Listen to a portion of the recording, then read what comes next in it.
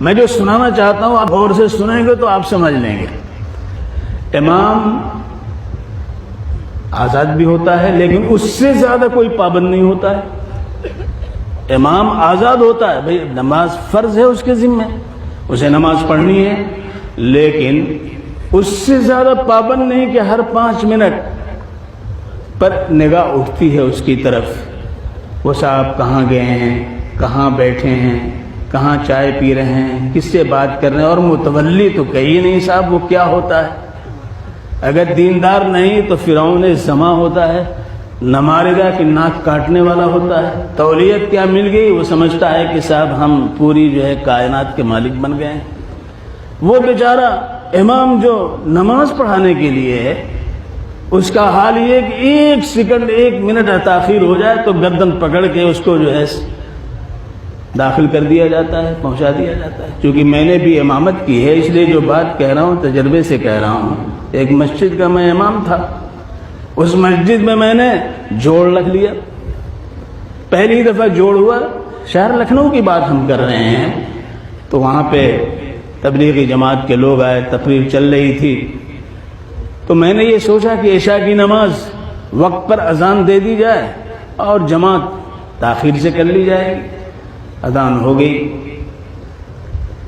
صدر صاحب جو تھے وہ کبھی نہیں آتے تھے سوائے جمعے کے۔ اس روز دیکھا دھمک ہوئے صاحب موجود، اور ابھی تقریر چل رہی ہے، مجھے انہوں نے کہا چلیے نماز پڑھائیے۔ تو میں نے ذرا سا ادھر ادھر دیکھا تو گردن پکڑ کے زبردستی لے جا کر کے مصلی پہ کھڑا کر دیا۔ ارے اب میں نے کیا کرتا، بھائی صدر صاحب ہیں، نماز شروع کر دی۔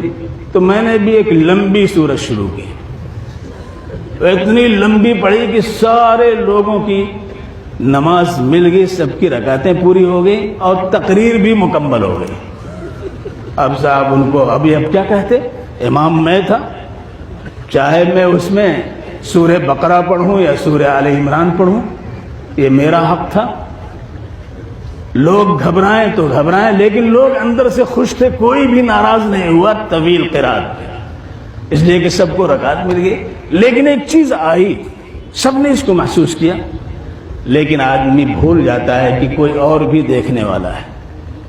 میں آپ کو سنا رہا ہوں، واقعہ یہ ہے کہ اس کے بعد پھر اس مسجد میں آنا ان کو جو ہے میسر نہیں ہوا، موقع نہیں ملا۔ ہوا یہ کہ رات میں اٹھے اور استنجے کے لیے جا رہے تھے اور ایک چھچودر سامنے سے گزری، بس ان بیلنس ہوئے، گرے اور کوڑا سرک گیا، اور ایسا سرکا کہ صاحب مسجد میں تو نہیں آ سکے، قبرستان چلے گئے۔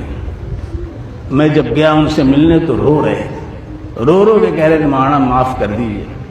انسان بھول جاتا ہے۔